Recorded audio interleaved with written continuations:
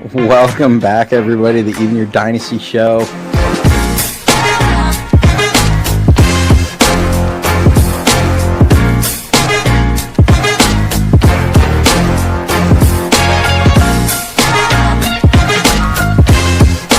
We just got breaking news in.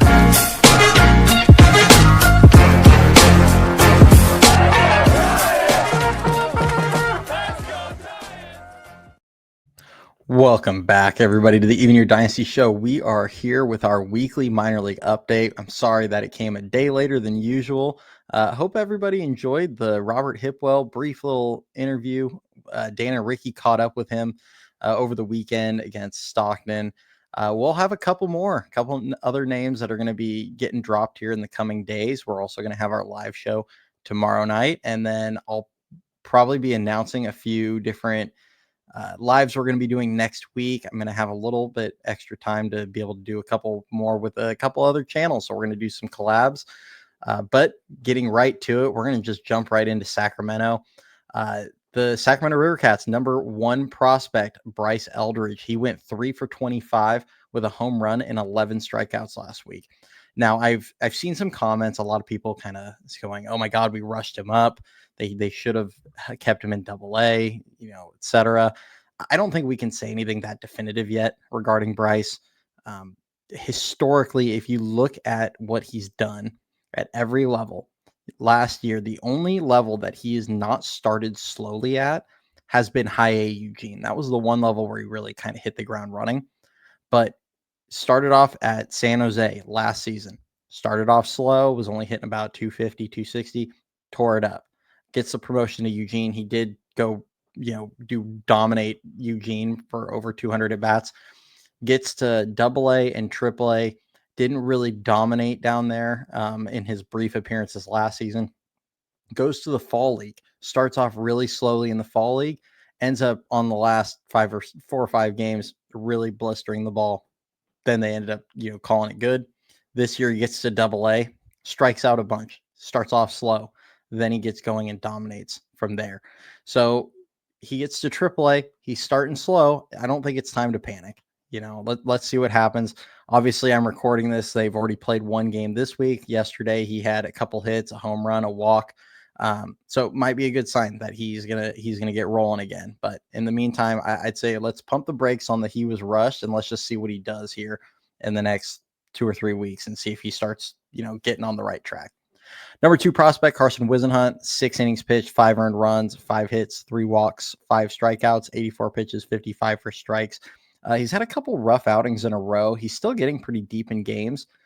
It's pretty clear, though, that he is next man up when it comes to starting pitching. The Giants obviously just traded Kyle Harrison as part of the Rafi Devers trade. It pretty much just removed anybody that's in front of Carson Whisenhunt. I mean, they also traded Jordan Hicks. So 2 of the starters that theoretically could have been in front. Now, obviously, Hicks had been moved to the pen, but 2 of the starters are now gone. There are a couple guys like Mason Black, Trevor McDonald, Carson Seymour, Carson Ragsdale that are on the 40-man. I don't really think any of those guys, though, are in front of Whisenhunt in the pecking order of who's probably going to get starts. And I think those starts could come sooner than later, given that Landon Roop is pushing up close to his career high on innings. I don't know what they're going to limit Roop to as far as innings this season, but it would not surprise me if they, don't want him going crazy and they want to get him moved to the pen in the next month-ish. Number 6 prospect, Marco Luciano. He had a solid week. He went 7 for 20 with a home run, 2 doubles, a walk, 8 strikeouts, and a stolen base. One of the doubles in Tacoma, the center field is 425 feet. He hit it off the center field wall. So one of those doubles would have been a home run in every other minor league park and pretty much damn near every single major league park. So he kind of got robbed there, just hit it in the wrong stadium. But he had a really nice week. He's starting to hit the ball hard again. I know yesterday he had a good game as well. So hopefully it's a sign that he's coming out of whatever and he's figuring it out, because as much as we all might be losing patience with him as Giants fans, he still has tremendous potential. Number 12 prospect, Grant McCray, 9 for 24, 2 home runs, 2 walks, 7 strikeouts, a stolen base. He is just continuing to have a great month of June. If you go off his month-by-month splits, McRae had a really bad month of April. He had a better May. It wasn't great, but he had like a 750 OPS in May. I think he hit around 250. Had a better May, and then June he's just crushed the ball. So he's getting better as the year goes. Strikeout rate little bit higher than we want. It's at 27.5%. We'd love to see that down under 25 at least.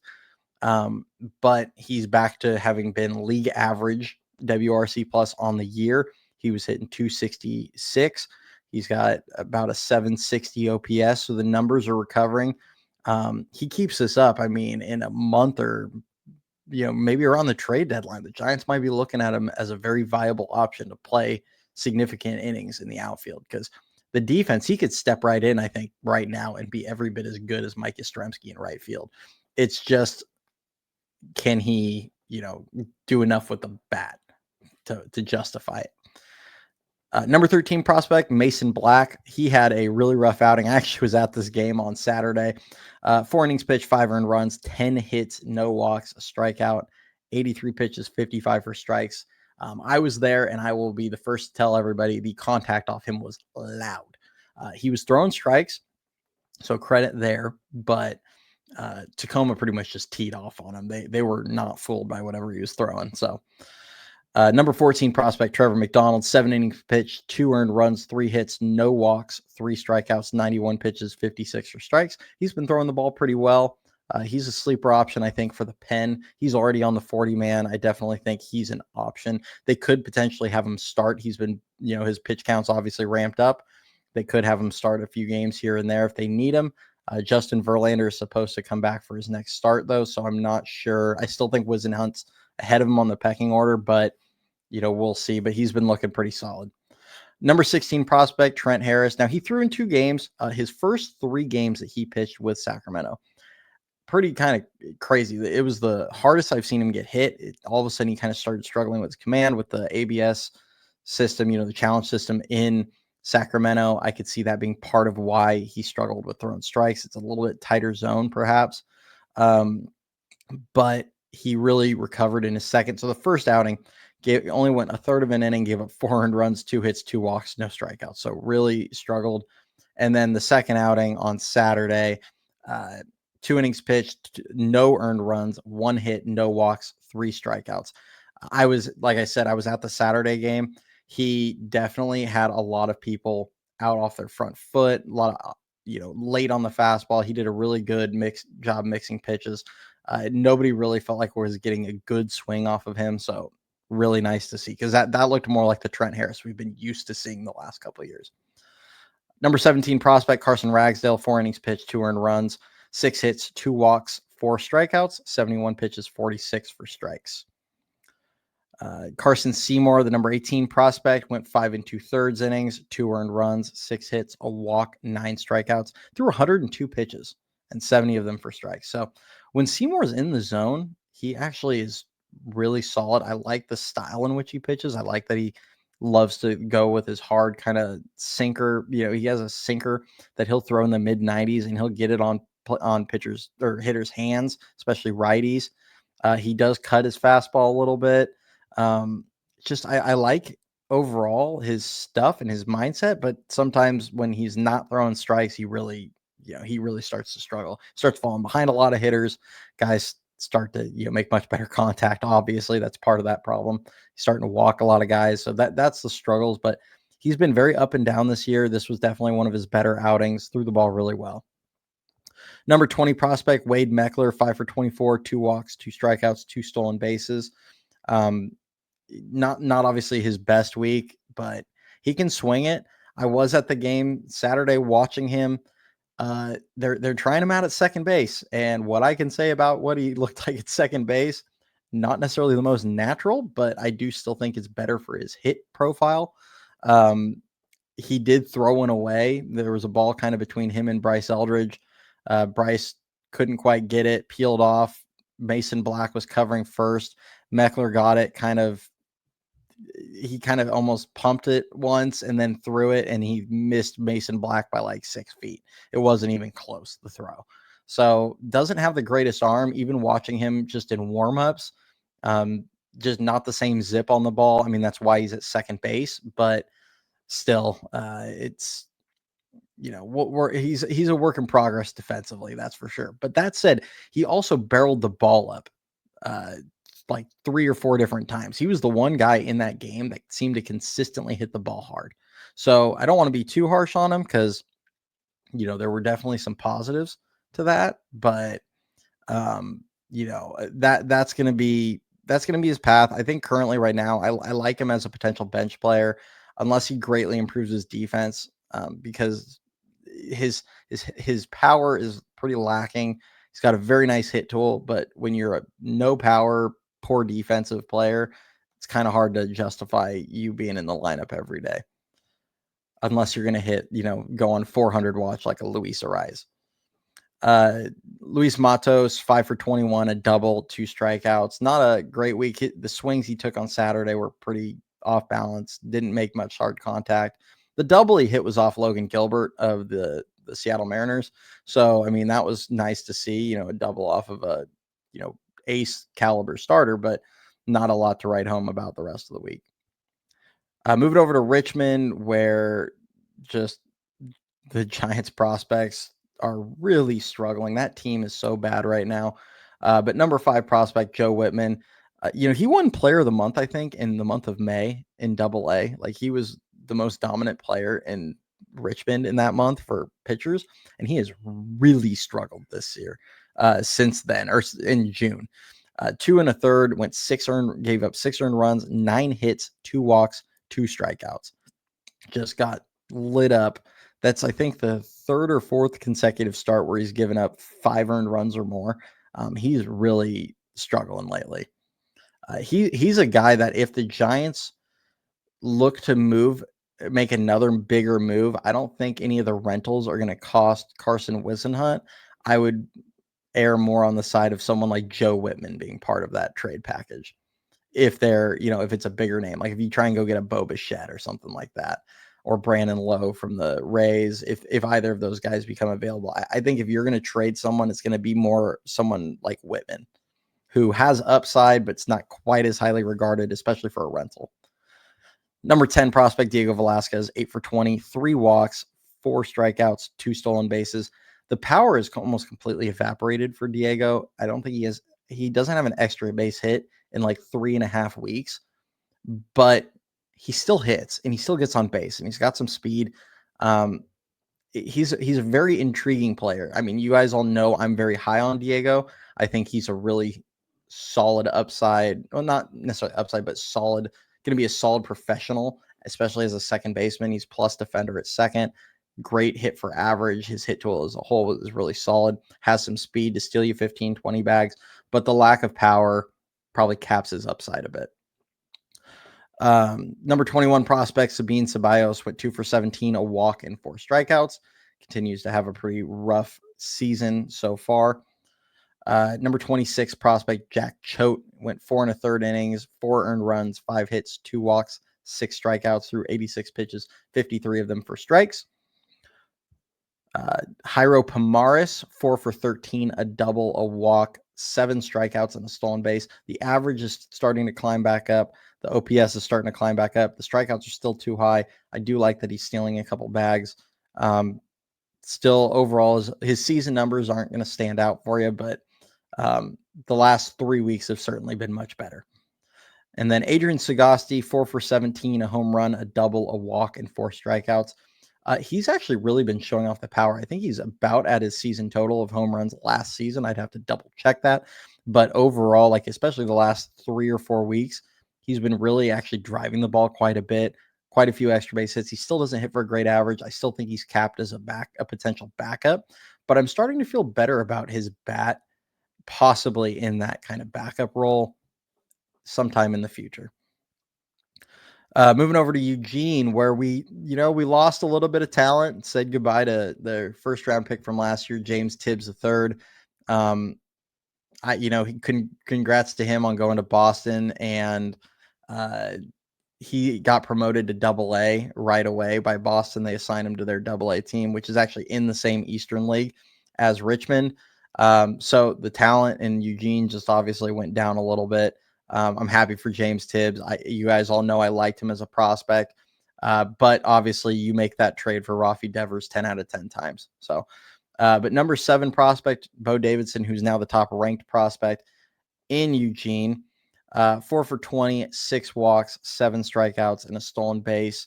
Not his best week, but he's still having one of the best seasons in the Northwest League of any player in that league.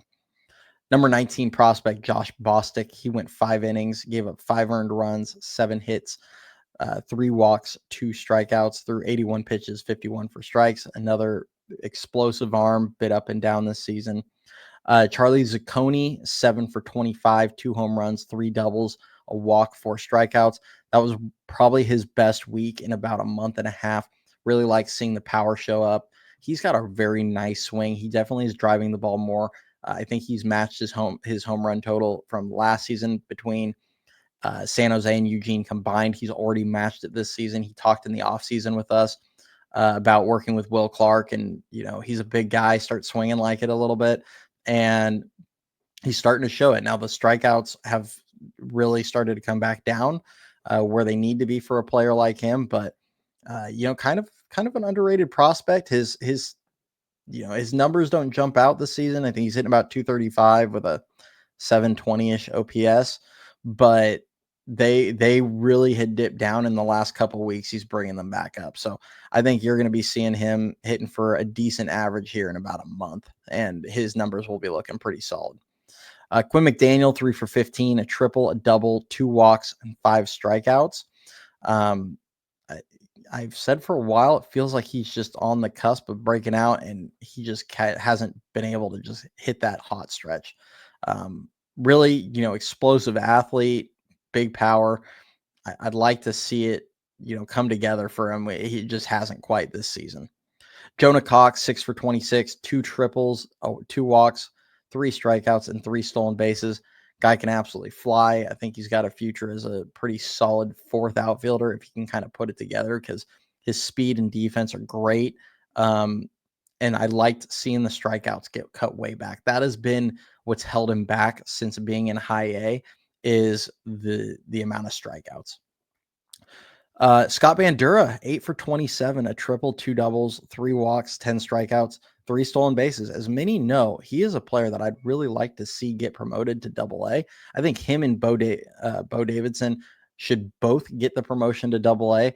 Now, maybe they're just trying to keep them out of that environment because, for whatever reason, the lack of talent down there that's going on in Richmond, I couldn't tell you. But it feels like both guys really deserve it. I think Scott Bandura is one of the more underrated prospects in the Giants system. He was a guy that kind of, he got drafted in 2023. He's a 7th round pick, college player. He is 23 years old. So, I mean, you could maybe argue that he's a little older for high A, but he's really dominating a level that's not the most hitter friendly. We've seen it with a lot of players in high A where they don't necessarily put up eye-popping statistics there. So him, Bo Davidson, those guys, they've both done really well. Bandura is a good defender in the outfield, has good speed, has shown off some power. He has nice extra base power. He's not going to necessarily hit a ton of home runs, but you see him drive some balls really hard to center field, into right center field, where it's not just like high fly balls going 390. Like, they are hard hit balls splitting the gap. And you can kind of envision in the future, like him taking advantage of triples alley or he uses the whole field pretty well. So I really like him as a prospect. I think he's pretty underrated, but I really want to see what he does when he gets to Double-A. Shane Rodemacher, 7 innings pitched, 1 earned run, 6 hits, no walks, 4 strikeouts, 79 pitches, 55 of them for strikes. As I've said with Rodemacher a lot of times this season, I love his efficiency, and I love that he doesn't walk hitters. He's going to get hit around. His stuff isn't like A+ stuff, but I like the command and the fact that he keeps it in the zone. That's, I think, an underrated skill. Moving over to San Jose, number 8 prospect, Dakota Jordan, 6 for 20, 1 home run, 3 walks, and 6 strikeouts. That 1 home run that he hit might be the most impressive swing of any Giant player this season. He absolutely tattooed that ball. He broke Walker Martin's windshield with it. You guys will see that in the highlight. It was pretty funny. He is just an explosive athlete player, one of my favorites in the system. I'm so excited to see how he continues his development over the next couple of years. That was one part of the Rafi Devers trade that, as much as I was higher on James Tibbs, and I think a lot of people, other Giants fans maybe around baseball, other people viewed him as kind of a lower ceiling player. I didn't necessarily agree with that, but as much as I like James Tibbs, the fact that the Giants got that deal done by including him and not including either Bo Davidson or Dakota Jordan, I really liked that, because as high as I was on James Tibbs, I'm higher on those two for their upside, because of the fact that I think they have 5-tool potential. So excited to see what Dakota does. But yeah, that ball, I hope you guys enjoy that highlight. That was an absolute tank.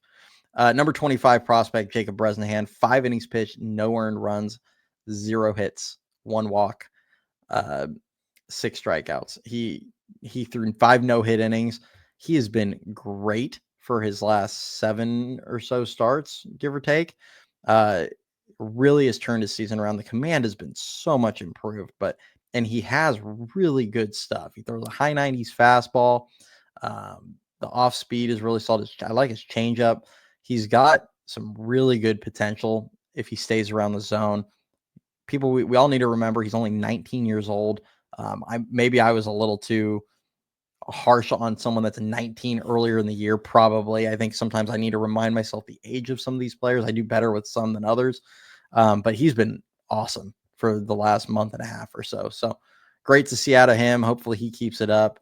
Not sure if he's a player they'll necessarily want to rush up to high A at any point this season, but even if they have him in San Jose all year, he's been really good down there.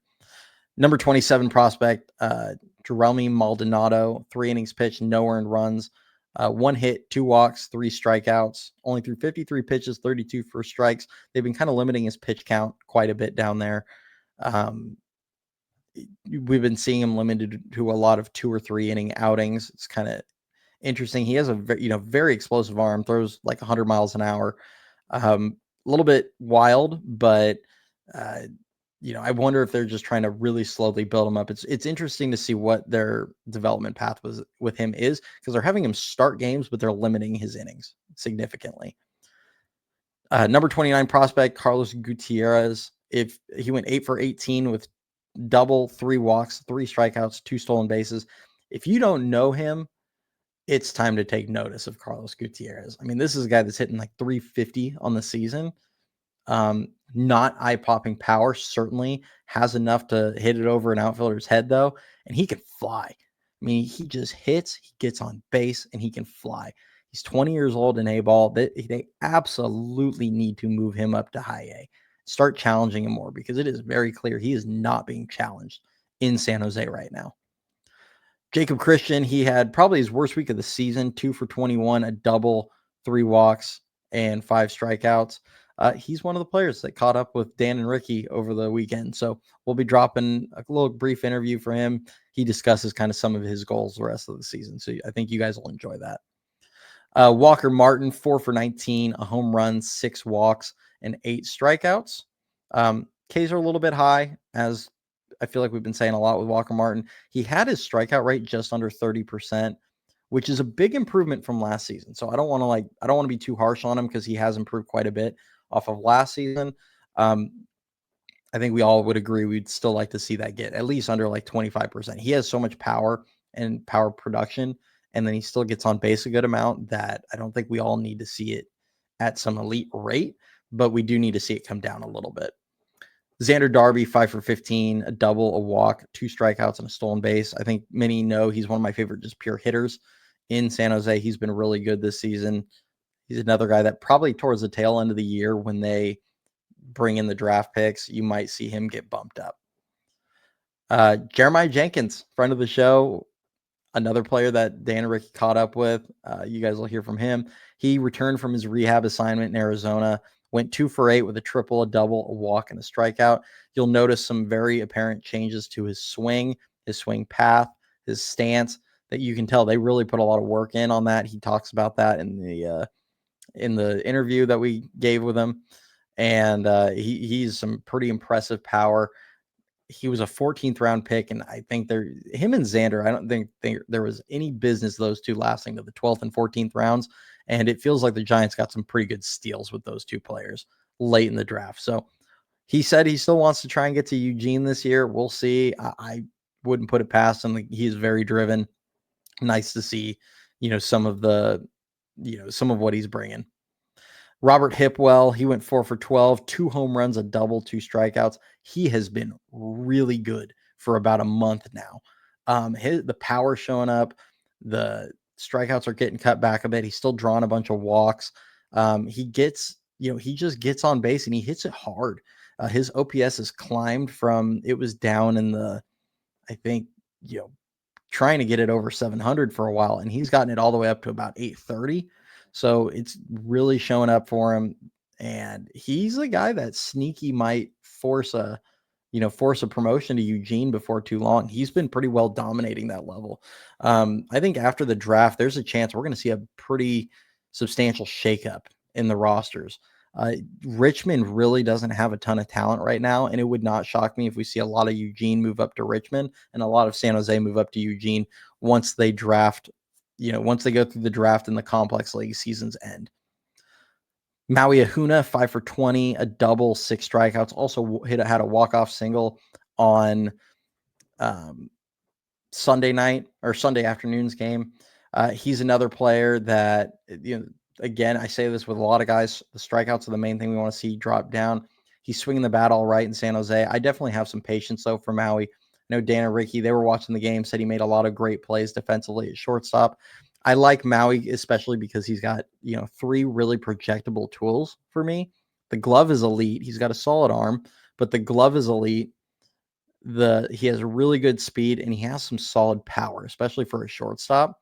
So to me, I'm a little more patient with the hit tool to see if it comes around. Crawford had a kind of similar billing when he was coming up through the system except for he didn't really have the foot speed that someone like Ahuna has, but good defense with some pop and questionable hit tool. Well, that's kind of what we're looking at with Maui Ahuna. So definitely willing to be patient. He's dealt with a lot of injuries early in his career, made him miss significant time last season, made him miss a lot of the early part of this season. Hopefully he can get healthy, have a healthy rest of the year. I think we see him in Eugene by the end of the year. And I'm interested to see how he develops, going forward. Lisbel Diaz, 4 for 24, a triple, 3 doubles, 3 strikeouts, a stolen base. I like that he hasn't struck out much, even when he's been slumping here for the last, it feels like about a month at this point. He had a week where he hit over 500, and then all of a sudden he's been in about a month-long slump. The power is still there. The speed is there. You can see he moves really well, stealing some bags, doesn't strike out, but he also doesn't walk. He's a very aggressive swinger. Makes a lot of contact, and he doesn't strike out a ton, and he doesn't draw a lot of walks, but he probably needs to be a bit more selective with his pitch selection because you're seeing the overall quality of contact on the whole has suffered with him.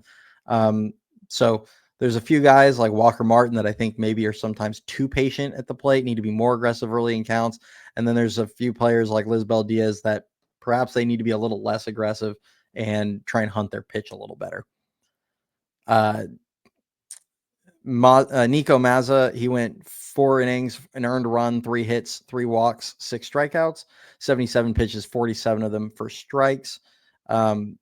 Overall solid outing, wasn't the most efficient, obviously. That caused him to only be able to go 4 innings. They're not letting these guys in San Jose really go over 80 pitches. You can tell they're being careful with them. A lot of them, it's their first professional season. I'm all for that. I don't mind having the kids' gloves on a little bit for the guys in San Jose. Once they get to Eugene next year, they better be ready to start ramping that up. And I feel like we're seeing that the way they're handling most of these guys, and especially when they get to the upper levels, but definitely kind of being careful with a lot of those arms. Hunter Dryden, 5 innings pitched, no earned runs, 3 hits, no walks, 3 strikeouts, 70 pitches, 47 for strikes. He's been completely dominant, probably deserves to be in Eugene. He was a 17th round pick, and he has like a 1.3 ERA. and like a 0.8 whip, I think, in San Jose right now. I mean, he's been absolutely dominant at that level. Greg Ferrone, 4 2/3 innings pitched, 3 earned runs, 6 hits, 3 walks, and 8 strikeouts through 79 pitches, 40 for strikes. He's been in a little bit of a slump. I still like his fastball quite a bit, and his fastball curveball combination. But the results haven't necessarily been there for about the last month. Moving over to the complex league, number 9 prospect Johnny Level. He went 7 for 23. Home run, a double, 4 walks, 4 strikeouts, and 2 stolen bases. Obviously, I don't really have highlights for the complex league, so I'm mainly going to just read these off. I can't dive too deep into scouting on these guys because until I get to actually get my eyes on them and watch them play, it's a little tough. But I will say I do like Johnny Level's swing. I like his approach. The power speed combo is nice. Number 15 prospect Arhenis Kayama, 4 2/3 innings pitched, an earned run, 4 hits, 2 walks, 8 strikeouts. Been really good in the complex league. Think we see him in San Jose after the season ends for the complex league. Number 22 prospect Rainer Arias. He went 5 for 20, a home run, a triple, a double, 2 walks, 6 strikeouts. It was really good the first 3 games of the week and then went 0 for the last 3 games. So kind of drug his numbers down. He had been on a little bit of a heater for about a week, but he's been a bit up and down. I kind of wonder if the wrist injuries have kind of taken his toll on him, but he's still very young, still a lot of time. Number 23 prospect Oliver Tata, 4 for 20, 2 doubles, a walk, 8 strikeouts, and a stolen base. Number 28 prospect Luis De La Torre, 4 2/3 innings pitched, 2 earned runs, 2 hits, 2 walks, 9 strikeouts. Number 30 prospect, Keener Martinez. He went 4 innings pitched, an earned run, 4 hits, no walks, 4 strikeouts. And then moving over to the Dominican Summer League, where I know everybody wants to hear kind of how our top international guys from this last signing class have done. Number 4 prospect, Joshua Gonzalez, 6 for 20, 2 doubles, 2 walks, 4 strikeouts, 2 stolen bases. He doesn't have a home run yet in the Dominican Summer League, but all in all, he's been very productive. Gene Macaris, 2 for 14, 2 walks, 3 strikeouts, and a stolen base. Hasn't gotten going yet, but hopefully we'll see that soon. And then Julian Barreto, he's been arguably their best player in the Dominican Summer League so far. 6 for 18, a home run, a triple, 2 walks, and a strike, and 1 strikeout. That's all I have for this week. Please, if you do enjoy the content, if you made it this far, do hit that like button, hit that subscribe. We really appreciate it. We're going to be doing a giveaway on Thursday. I don't know what the item is yet. We'll send something out either probably on X at EYDShow and on Instagram, sfgiantscove. We'll be sending probably what the giveaway details are there for tomorrow. I'm going to work it out with Dan and Ricky today, so we'll try and get that announced tonight, tomorrow morning, something like that. But make sure you tune into the live show. We will be doing that on there. Other than that, I appreciate all you guys and all the support that you guys have given the channel over the last couple of years. And I'm hopefully you guys keep enjoying the minor league updates. Like I said, I'll announce some of the stuff for next week. We're going to be doing a couple fun collaborations with a couple channels. So appreciate you guys. Go Giants, and we'll catch you all next time.